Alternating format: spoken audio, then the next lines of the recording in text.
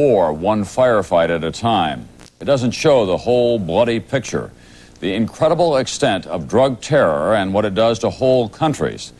Tonight on this program, we have set aside extra time to do just that, and we begin with Brian Ross's report on how drug lords are terrorizing Colombia. This is one of the border crossings from the west into the tight security police state of Hungary. Sometime last year, somewhere around here, a team of assassins from a long way away managed to slip through all the checkpoints here to get to Budapest to carry out an assignment for one of the world's most ruthless criminal organizations. The assassins were sent here, to this quiet street in Budapest, by the drug bosses who run the Medellin cocaine cartel in Colombia. The man the drug bosses wanted dead was the former Minister of Justice of Colombia, who lived here and who had been sent to this Soviet bloc country as ambassador for his own safety after the drug bosses had marked him for death in Colombia. But even here, thousands of miles from Colombia, in a police state, the drug bosses set out to prove that anyone who gets in their way will be killed. This was the scene hours after the assassins made their move, firing 5 bullets into the Colombian ambassador at close range. Shot here, the first one who penetrates in the mouth. Miraculously, Ambassador Enrique Parejo lived, one of the few times the drug bosses failed in their campaign of murder. Now, all over the world, Ambassador Parejo is a hero in the fight against the men who tried to kill him. This was the ambassador just a month after he was shot. With his would-be assassin still at large, his bullet wounds not yet healed, his jaws wired shut, Parejo refused to hide or to give up.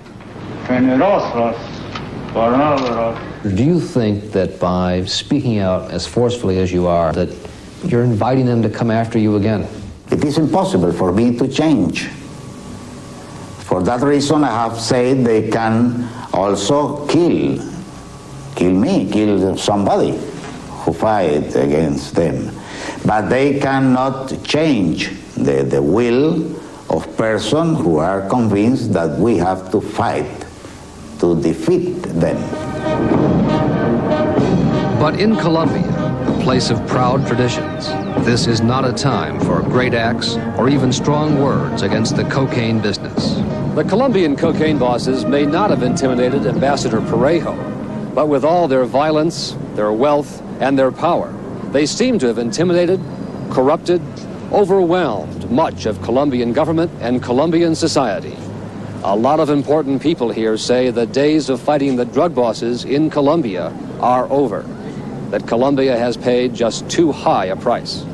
There has been so much bloodshed, so much killing, that the Colombians are numb. No one is safe. The Attorney General was murdered in January when he went to Medellin to investigate the cartel. And when the Attorney General was buried, the president of the country did not come, reportedly because he feared for his own life.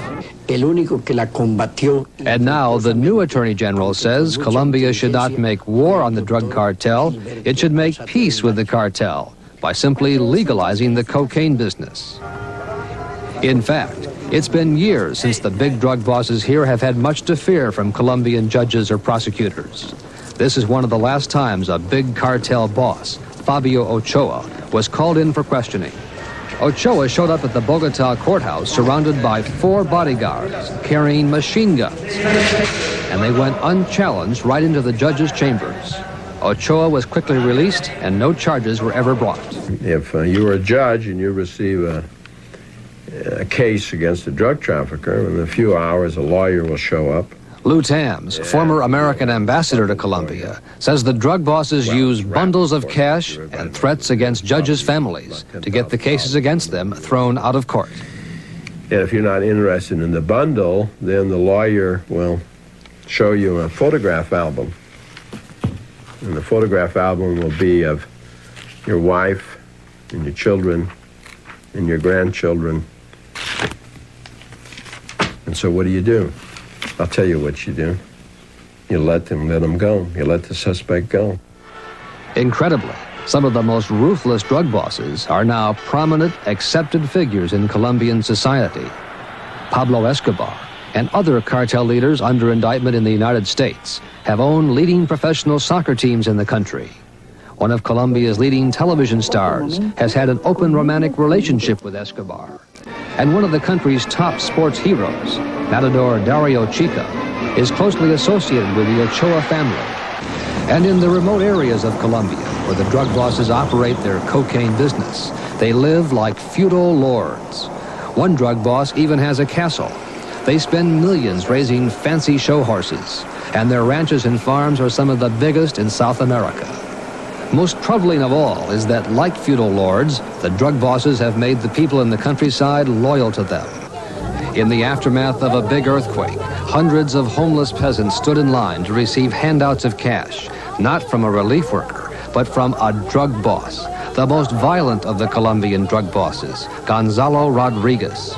In a few hours, Rodriguez, guarded by the national police, personally handed out almost $200,000, using a small amount of his billions in cocaine profits to make himself a beloved figure with people who may not know much about what's happened to the prosecutors in Medellin, or the judges in Bogota, or the ambassador in Budapest.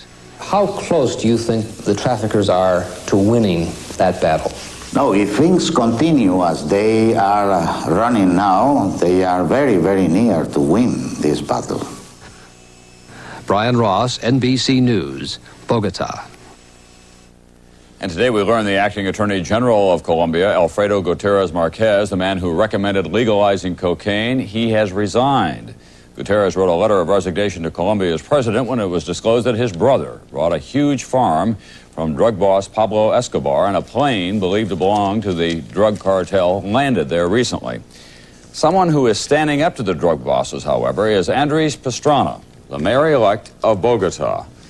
During his campaign, he was kidnapped by drug thugs and rescued after a week. A short while later, he was elected mayor on a platform of cracking down on the drug trade. Good evening. It's become a typical day in Colombia. 3 more judges have quit their jobs after being threatened by the murderous drug cartels. The government has imposed a curfew in 9 cities in the heart of cocaine country, including the cartel's capital, Medellin. Today, the government intercepted an arms shipment destined for the cartel's gunmen. Still, the mayor of Medellin says he needs 3,000 more national policemen to support the 4,000 he already has. For too many Colombians, too much like just another day.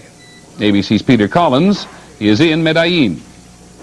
Today in Medellin, military police were patrolling the streets looking for bombers. Last night, terrorists said to be working for the Medellin cartel were trying to put in place these rockets for an attack on a government-owned distillery when the attempt was broken up by security guards. 13 bombs have gone off in Medellin since the weekend, all aimed at government-owned banks or state liquor stores. The city's mayor, who favors talks with the drug traffickers, today signed an order imposing a 10 p.m. to dawn curfew in the city. Don Fabio Ochoa is the father of 3 sons, all wanted for extradition by the U.S. In an interview with ABC News, he said that although his sons had done great damage to the United States and deserved to be punished, they would prefer a grave in Colombia to a jail in the United States. Aquí también tenemos justicia. We too have a court system. Let us punish our sons in our own country. Ochoa said American aid to the Colombian government is a great cruelty because it will mean more bloodshed, more war. The elder Ochoa, who is believed to stay completely out of the drug trafficking business, said he believes his 3 sons are still in hiding in Colombia. And he said he would personally broker a deal in which the cartel leaders would vow to give up their cocaine business if allowed to live freely in Colombia and enjoy their wealth. It would give me the greatest pleasure if I could do that for my country. The drug money brought wealth to some here in Medellin and added to its growing skyline. But now that this city is terrorized by violence, its people are divided about how to restore peace. Many here say the government should not give in to the cartel, but should at least talk to its leaders. The immediate solution is dialogue. Dialogue with everyone. We are living in a situation now when one doesn't know when the bomb is going to be for you.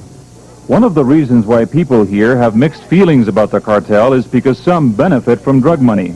This housing project for the poor in Medellin was built by Pablo Escobar, one of the drug kingpins. Peter Collins, ABC News, Medellin, Colombia. Good evening. Once again, the day's news is dominated by the struggle to win a war against the drug cartels in Colombia and to shape a presidential drug policy which will prove effective for the United States. President Bush has spent the day in Maine working on the overall concept to fight illegal drugs, which he'll present to the nation next Tuesday. In Colombia, further response from the drug cartels to the government's crackdown there. On the one hand, more violence. On the other, a suggestion of negotiations. ABC's Mark Potter is there. Fabio Ochoa is the patriarch of a family infamous for its control over cocaine trafficking in Colombia. 3 of his sons, including drug boss Jorge Luis Ochoa, are wanted by the U.S. for extradition on major smuggling charges. In an open letter to Colombian President Virgilio Barco, the senior Ochoa said the traffickers are willing to talk peace. According to Ochoa, the traffickers would quit dealing drugs if the government grants them a pardon. Hay que dialogar. Also calling for peace talks with the traffickers is Juan Gomez Martinez, the mayor of Medellin, who says negotiations could help end the drug violence. Overnight, 6 state liquor stores blew up in Medellin, which is home to Colombia's most powerful trafficking organization, of which the Ochoas are a part. U.S. drug agents believe Ochoa's letter is proof the Colombian drug crackdown is hurting the traffickers. There has been no response to the letter from President Barco, but he is widely known to oppose any negotiations with the violent drug barons. Liberal presidential candidate Ernesto Samper says if the government's crackdown fails to stop trafficking in a few months, the idea of negotiation should be put to a vote. If the Colombian people wants to negotiate, they must say that in a referendum. In Bogota this morning, a bomb tore apart a travel agency. This is the first time the capital city has been hit since the drug sweeps began a week and a half ago. Meanwhile, authorities are still working on the paperwork for the extradition of accused money launderer Eduardo Martinez to the United States. Drug agents say the Colombian crackdown will face its toughest test if and when Martinez is extradited. The drug bosses have promised to kill 10 judges for every trafficker sent to the United States. Mark Potter, ABC News, Bogota, Colombia.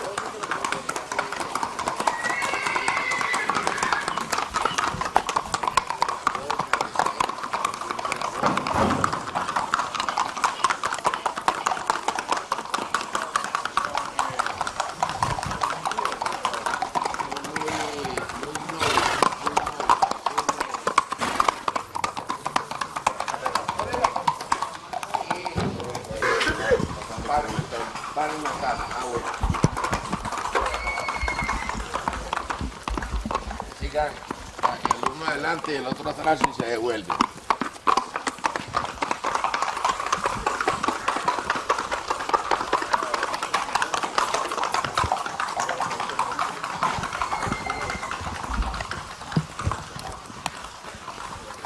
Este caballo es un famoso reproductor, se llama Amadeus. Tengo unos hijos muy buenos de él y muchos, más de 100. Esta yegua ha dado caballos famosos como el Castellano. Es una yegua ya vieja de 15 años. Hay unos potros maravillosos que ganan en todas las exposiciones.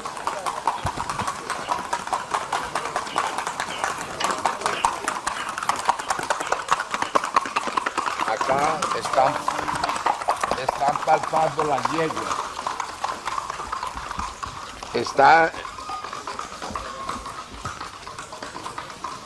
el doctor Álvaro Gómez y el mayordomo José y todos los muchachos, Jorge, Albeiro, William, el Mono Ruiz, Alberto Restrepo, un chalán famoso, están en este momento palpando las yeguas para saber qué yegua está dispuesta, qué yegua está preñada, qué yegua está a punto de ponerle caballo, qué yegua que se le puso el caballo antier haya ovulado, etcétera, etcétera. Son lindos. Ya cuando las palpen, yo elijo cuál caballo le pongo entre 8 o 10 reproductores famosos que tengo. Esta tarea la hacemos todas las mañanas de la vida, de las 6 de la mañana a las 8. Y este es el rato más feliz de mi vida. Este rato que lo paso aquí entre mis caballos. Yo todo el día lo paso entre mis caballos.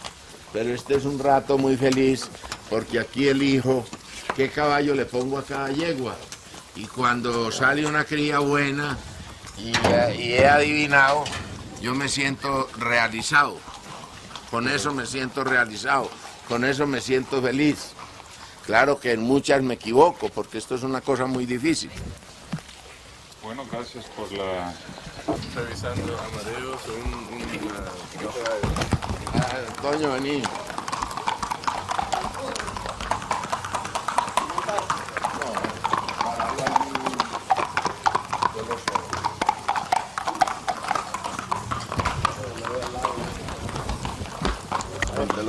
A ponerle el lado del 8.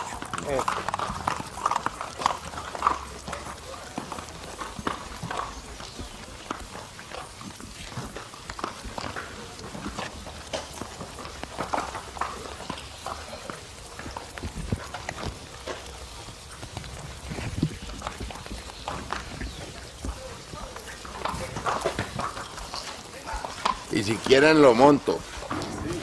No, porque no.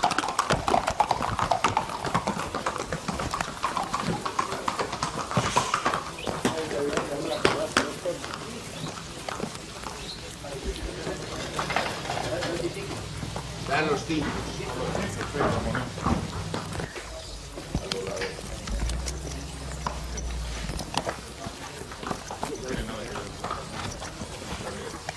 Sí, hay mucho abono para abonar los potreros, las pesebreras, para abonar los cañauzales, los pastos.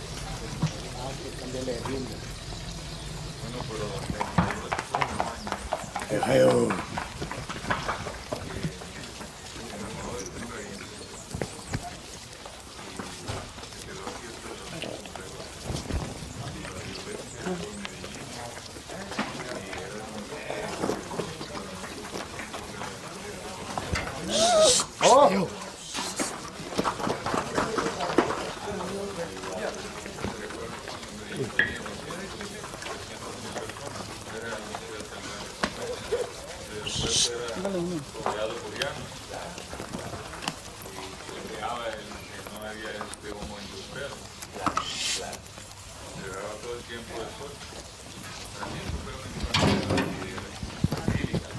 Se le ponen los estribos a la medida. Ahí están. A la medida mía.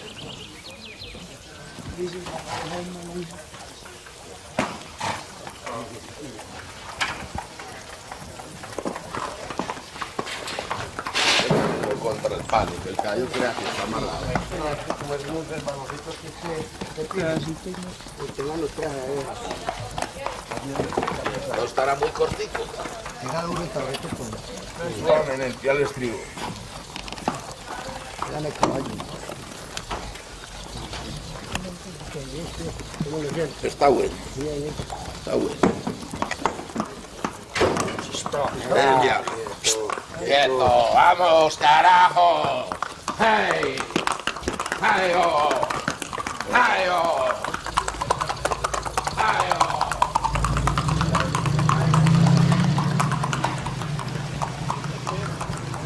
¡Ah! ¡Hey, oh!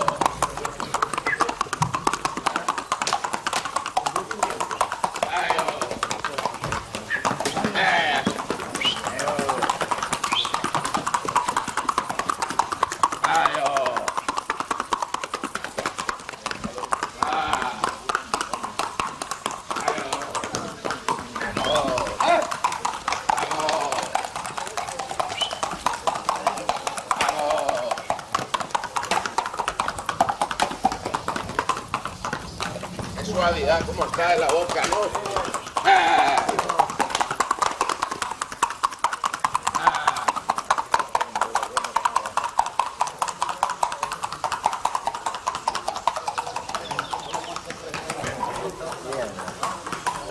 Está igual de bueno a resorte.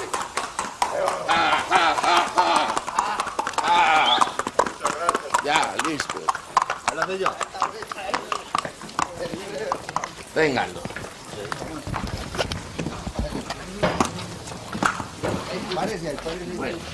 tenía la vida. Ya. Quita el caballero ahí para allá. Véngame aquí. Bueno, cuidado, voy para atrás. Bueno, ya. Listo.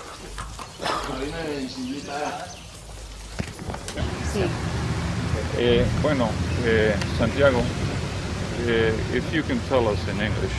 A little. Everybody outside of Medellin thinks that this city is like Beirut, Lebanon, that there's a constant wave of violence here. What is it really like to live in Medellin?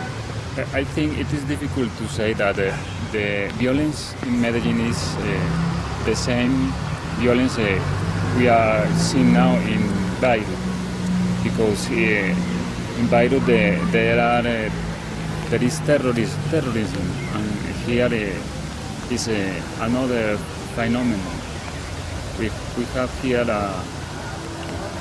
violence generated by the organized crime. Narco-traffickers. Okay, and beside the narco traffic, there is the phenomenon of pandillas, people who have no work, no job, and they do things by money. What's your opinion of the way to solve this crisis? Should the government crack down on the narco-traffickers with force, or should there be a dialogue? It is a mistake. It is a mistake to eliminate the individual guarantees and the civil rights in order to strengthen the organized crime, because the state cannot be itself a criminal. The state must respect the civil rights all the time. Do you think that if there was a dialogue, that the narco-traffickers would, if they were tried in Colombia, that they would stop their activities? No. They would go right on doing it. It is the narco-traffic is now a form of life of many people in Colombia. It is a very deep trouble, and it is necessary a whole policy in order to stop this phenomenon. So you're in favor of a crackdown then, or crackdown and dialogue, or what? What's the solution? Maybe the dialogue will stop the terrorism and will enlighten the sources of this violence. But the trouble is more that, and it requires another form of orientation. What do you think about the role the United States is playing in this situation, sending money to Bogota to help buy helicopters and security for judges and so forth? I don't understand why this offer was made before. Just now, when we have a big trouble of violence, they say they are going to give money to our government, but our government had asked for this help 5 or 6 years ago, and nobody answered it. Now, you are a lawyer. Yes. What has happened to the justice system in this country as a consequence of the narco traffic? It is absolutely disgregated, fallen apart, disorganized, because the judge has by one side the strength, the pressure of the criminal organizations, and by the other side the public opinion is saying that they are not respecting the law. Okay, thank you very much. Okay. Muchas gracias. Que tengan buen día.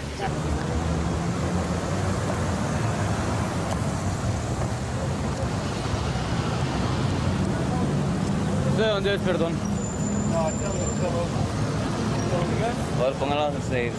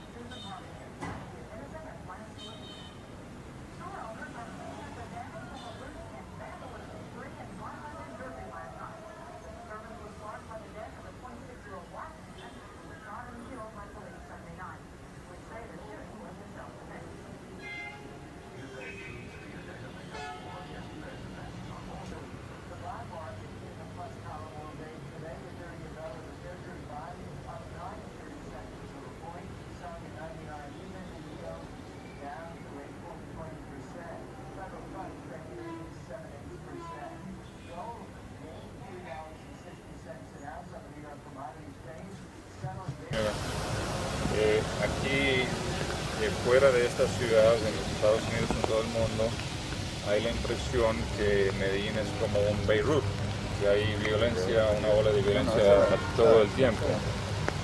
Sí hay violencia, pero ¿cómo es vivir en Medellín? Es vivir común y corriente. Yo pienso que sí puede existir violencia, pero mire que, por ejemplo, el ritmo de vida sigue en las mismas condiciones. ¿Qué opina usted de la reciente ola de bombardamientos, esa cosa? ¿Cómo se va a solucionar esta crisis en la ciudad? Yo pienso que la solución inmediata sería un diálogo. Sería plantear un diálogo, que se dialoga con la guerrilla, se dialoga con todo el mundo. ¿Por qué no se dialoga con los delincuentes también? ¿Por qué no se presta el gobierno y todos nos facilitamos un diálogo? Yo pienso que sería el camino indicado para conseguir la paz en este país. ¿Piensa usted que esa es la opinión mayoritaria en Medellín? Sí, pienso que sí. El alcalde ha propuesto el alcalde ha propuesto el diálogo, entre muchos gremios se propone el diálogo, entre el gremio de los abogados se propone el diálogo. Realmente yo pienso que es el camino indicado. Pero volteamos la pregunta de otra manera. ¿No es cierto que el narcotráfico ha, bueno, como decimos, ha causado mucho daño a la imagen de Medellín? Yo pienso que todo ha causado daño a la imagen de Medellín. Todo ha causado daño a la imagen de Medellín, no solo el narcotráfico. Han sido circunstancias que se han ido presentando en el transcurso de los tiempos. Hace unos 10, 20 años era el problema del gaminismo, después la guerrilla, ahora todos son modas más o menos. Bueno, ¿cómo se llama usted, señor? Clara Quiseno. Clara. Quiseno. Clara Quiseno. Muchas gracias. ¿Y usted?